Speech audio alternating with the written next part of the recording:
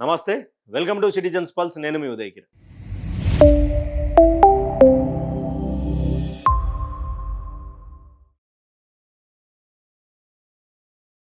ఒక ట్వీట్ సంచలనం రేపుతా ఉన్నది. ఒక ట్వీట్ గతంలో చేస్తే ఈసారి అధికారంలోకి వచ్చింది. ఒక ట్వీట్ సంవత్సర కాలం కాకముందే ఆ ట్వీట్ నిజమని నిరూపించింది.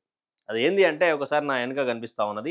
BJP west Bengal, BJP for Bengal November 14, 2025 రోజు నెక్స్ట్ వెస్ట్ బెంగాల్ అని చెప్పేసి గతంలో ఎన్నికలు జరిగినటువంటి సమయాన రిజల్ట్స్ ఇస్తున్నటువంటి సమయాన ఇక్కడ క్లియర్గా వీళ్ళు నెక్స్ట్ వెస్ట్ బెంగాల్ అని చెప్పేసి వాళ్ళ పోస్టింగ్ చేసుకున్నారు. తర్వాత నిన్న రిజల్ట్స్ ఏవైతే ఉన్నాయో వెస్ట్ బెంగాల్లో 200 పైచిలుకు స్థానాలను గెలవడం, మమతా బెనర్జీ అరాచక పాలనకు ఎండుకాడు పడడం అంతా కూడా కొంత టీఎంసీకి నీరు గారిపోయిందని చెప్పుకోవచ్చు నిన్న వచ్చినటువంటి రిజల్ట్స్లో. అయితే దీన్ని చూసుకొని బీజేపీ తెలంగాణ ఏం చేసింది, నెక్స్ట్ తెలంగాణ అని చెప్పి ఒకటి రాసింది. అదే same poster BJP for Telangana 23 hours అగో అంటే చేసినటువంటి పోస్ట్.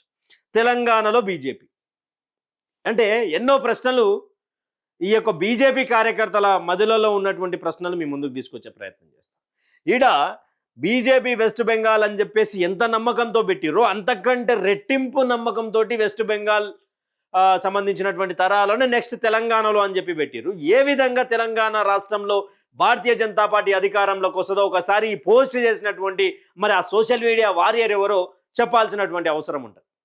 బీజేపీ తెలంగాణలో ఎలా ఫామ్ కాబోతా ఉన్నది, అసలు ఎలాగ ఇక్కడ వెస్ట్ బెంగాల్కు సంబంధించినటువంటి సుబెందు అధికారి మరియు ఆయనతో సంబంధించినటువంటి బృందం ఎంత కష్టపడ్డది, పార్టీని ఎంత ముందుకు తీసుకుపోయారు. సుబెందు అధికారి మమతా బెనర్జీ మీదనే ఎందుకు పోటీ చేస్తాడు, మమతా బెనర్జీని సావు దెబ్బ కొట్టేంత వరకు ఎందుకు ఆగుతాడు.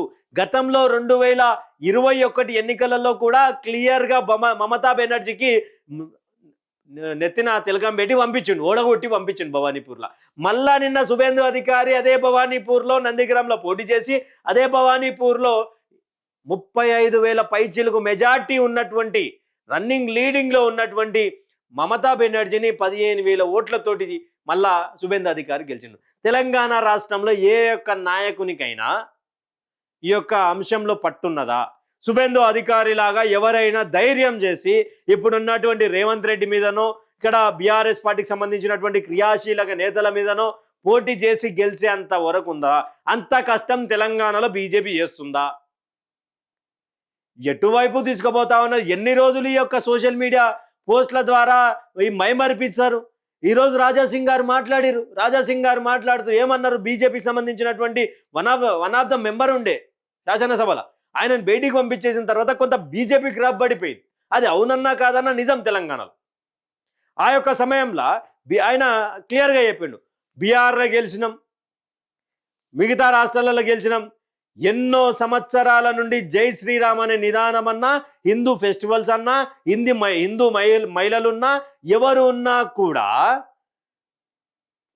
హైకోర్టు నుంచి పర్మిషన్ తెచ్చుకొని అక్కడ నిలబడాల్సినటువంటి పరిస్థితి ఉండే, పండుగలు చేసుకోవాల్సినటువంటి పరిస్థితి ఉండే, బొట్టు పెట్టుకుంటే చంపినటువంటి రోజులుండే. ఆ అరాచక పాలనకు వెస్ట్ బెంగాల్లో ఎండ్ కార్డు పడింది అని రాజ్ మాట్లాడుతూ పక్కింటోళ్ళ పెళ్లికి పక్క రాష్ట్రాలలో గెలిస్తే తెలంగాణలో సంబరాలు ఏందయ్యా? ఎన్ని రోజులు తెలంగాణలో సంబరాలు చేస్తారు? ఆ కొంతమంది మారకపోతే, ఆ కొంతమంది ఈగో సాటిస్ఫై కాకపోతే తెలంగాణలో ఇంకా బీజేపీ అనేది కనుమరుగైపోతుంది. దయచేసి రామచంద్రరావు గారికి ఎవరైతే ఉన్నారో ఆ రామచంద్రరావు గారు రాష్ట్ర అధ్యక్షుని పదవిగా ఉన్నారు సార్. మీరు ఆ యొక్క పదవిని మీరు దయచేసి ఎవరి మాటలలో మోసపోకండి. వాళ్ళ ఈగో సాటిస్ఫై కోసం తెలంగాణలో బీజేపీ కోసం ఎంతోమంది అహర్నిశలు కార్యకర్తలు గ్రౌండ్ స్థాయిలో పనిచేస్తున్నారు, అవమానాలు పడుతున్నారు. మీరు దయచేసి ఫోకస్ చేయాలా, ఈ ట్వీట్లు కాదని చెప్పేసి ఒక మాజీ బీజేపీ ఎమ్మెల్యేనే చెప్పిన. అంటే ప్రస్తుత ఎమ్మెల్యేనే కాకపోతే పార్టీ నుంచి బహిష్కరించబడ్డాడు కాబట్టి మాజీ అవుతాడు పార్టీకి. ఈడ బీజేపీ తెలంగాణ ఎట్లా చెప్పురి? కరెక్టుగా వెస్ట్ బెంగాల్లో కూలి పనిచేసేటువంటి బిడ్డలకు టికెట్ ఇచ్చి భారతీయ జనతా పార్టీ గెలిచింది. ఏబీవీపీకి సంబంధించినటువంటి విద్యార్థి నేతకు టికెట్ ఇచ్చి భారతీయ జనతా పార్టీ గెలిచింది. ఆర్జీకర్ విక్టిమ్కి సంబంధించినటువంటి తల్లికి ఇక్కడ టికెట్ ఇచ్చి గెలిపించింది. ఎంతోమంది అక్కడ సందేశ్ ఖలీ లాంటి ప్రాంతంలో మానభంగం గురైనటువంటి బిడ్డకు టికెట్ ఇచ్చి భారతీయ జనతా పార్టీ గెలిచింది. తెలంగాణలో ఇవన్నీ పునరావృతం అవుతాయా? తెలంగాణలో ఇవన్నీ జరుగుతాయా? తెలంగాణలో కాషాయ కార్యకర్తల మీద కాషాయ నాయకులే పోయి దాడులు చేసినటువంటి రోజులు చూసాం. అక్కడ ఖమ్మం సంబంధించినటువంటి ఒక కాషాయ కార్యకర్త చనిపోతే కనీసం పరామర్శించలేనటువంటి నాయకత్వం కదా తెలంగాణ బీజేపీది. మీకు పంచాయతీలే కదా. అయితే 2 వారుగా గ్రూపులుగా కావడం, ఒక ఆయన రాష్ట్ర అధ్యక్షుడు అయితే చెప్పి ఆయన కట్ చేయడం, ఆయన ప్లేస్లో ఇంకోరు పేరు తీసుకురావడం, అక్కడి నుంచి ఎక్కడ ఎప్పుడూ లేనటువంటి పేరు సడన్గా రామచంద్రరావు గారు అధ్యక్షుడు కావడం, బహిరంగంగా మీ ఎంపీలు తిట్టుకోవడం, ఒక ఎంపీ ఇంకొక ఎంపీకి సంబంధించినటువంటి సొంత నియోజకవర్గం ఏలు పెట్టి బ్యానర్లు లేకుండా చింపివేయడం, ఇదంతా జరిగింది కదా. ఎట్లా బీజేపీ తెలంగాణలో వస్తుందో మరి మేధావులు చెప్పాలా, ఈ సోషల్ మీడియా వారియర్ కూడా చెప్పాలా. బీజేపీల గతంలో ఎంతమంది ఎంపీలు పోటీ చేసిర్రు, 8 మంది గెలిచిర్రు, 8 మంది ఓడినటువంటి 9 మంది అరాకొరో మాధవీలత గారు కనిపిస్తూ ఉంటారు. ఇంకా మిగతా 8 మంది పరిస్థితి ఏంది? అసలు మిగతా 8 మంది పనిచేస్తున్నారు ఆ గ్రౌండ్లో. ఆ మోడీ గారి చరిష్మా మీద 3 లక్షలు 4 లక్షల ఓట్లు వచ్చినంత మాత్రాన మీ వాళ్ళ సొంత ఓట్ బ్యాంక్ అనుకుంటారు సార్. కనీసం ఆ 8 మంది ఎవరు? ఆ 8 మంది పనిచేస్తుర్రా? ఆ 8 మందికి ఉన్నటువంటి ఒక్కొక్కరి కింద 7 నియోజకవర్గాలు ఉన్నాయి. ఆ 7 నియోజకవర్గాలలో వీళ్ళు ఏం పని చేస్తున్నారు? అసలు వీళ్ళు గ్రౌండ్లో తిరుగుతుర్రా? ఏడేడ పని చేస్తున్నారు? ఏని మీద కొట్లాడుతున్నారు? ప్రజలలో ఎంతవరకు ఉంటున్నారు? వెస్ట్ బెంగాల్ తోటి తెలంగాణను పోల్చుడు ఏ విధంగా? వెస్ట్ బెంగాల్ తోటి ఎట్లా పోలుస్తారు? వెస్ట్ బెంగాల్లో అరాచకాలు నడిచినాయి. ఈడ కూడా నడుస్తున్నటువంటి అరాచకాల మీద కనీసం ఒక హిందూ కార్యకర్తకో, ఒక గో సంరక్షకునికో ఏదైనా ఆపద వస్తే కనీసం ఎంఐఎం లీడర్లన్న రోడ్ల మీదకి వచ్చి పోలీస్ స్టేషన్ల కాడకు వచ్చి అలా సంబంధించినటువంటి వ్యక్తులను తీసుకుపోతారు. కానీ భారతీయ జనతా పార్టీకి సంబంధించినటువంటి వాళ్ళు ఎవరైనా నాయకుడు అనేటోడు ఎవరన్నా వచ్చి హిందూ కార్యకర్తలను కానీ, బీజేపీ కార్యకర్తలను కానీ, బీజేఎం నాయకులను కానీ ఎవరినైనా బయటికి తీసుకొచ్చినటువంటి దాఖలాలు ఉన్నాయా?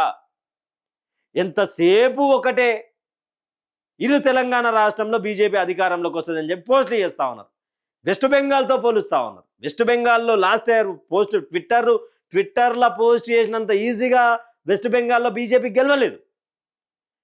వాళ్ళు ఎంత ప్రయత్నం చేశారు. శుభేందు అధికారి లాంటి వ్యక్తి మమతా బెనర్జీని కొట్టిన దెబ్బ కొట్టకుండా రెండోసారి క్రియాశీలకంగా పనిచేసి ఆడ ఓడగొట్టిండు. అదే శుభేందు అధికారి భవానీపూర్లో ఎన్నికలకు సంబంధించినటువంటి చెక్ చేయడానికి పోతే కట్టెలతోటి కొట్టిరు. కట్టెలతోటి శుభేందు అధికారి ఎమ్మడి పడ్డారు. ఆ యొక్క పరిస్థితులు తెలంగాణలో లేవు. బట్ అలాంటి ఒక నాయకుని మీద బీజేపీ నాయకులు పోటీ చేసేంత దమ్ముందా? గతంలో 2023 ఎన్నికల్లో జరిగింది భారతీయ జనతా పార్టీ. కానీ ఒక నాయకుడు ధైర్యం చేసిండు. ఆ యొక్క నాయకుడు ధైర్యం చేయగానే ఇంకో ఆయనకు సంబంధించిన సొంత నియోజకవర్గం ఇంకో నాయకుడు పాగేసి కార్యకర్తలకు ఏం చెప్పదలుచుకున్నారు? తెలంగాణలో కార్యకర్తలు కసిగా ఉన్నారు. కానీ నాయకత్వ లోపం కనిపిస్తుందంటూ కూడా బీజేపీకి సంబంధించినటువంటి సీనియర్లే మాట్లాడుతున్నారు. వెస్ట్ బెంగాల్ అంత ఈజీగా రాలేదు సార్. ట్వీట్ చేసినటువంటి వాళ్ళకు మరి బీజేపీ సోషల్ మీడియా చెప్తా ఉంది, అంత ఈజీగా రాలేదు వెస్ట్ బెంగాల్.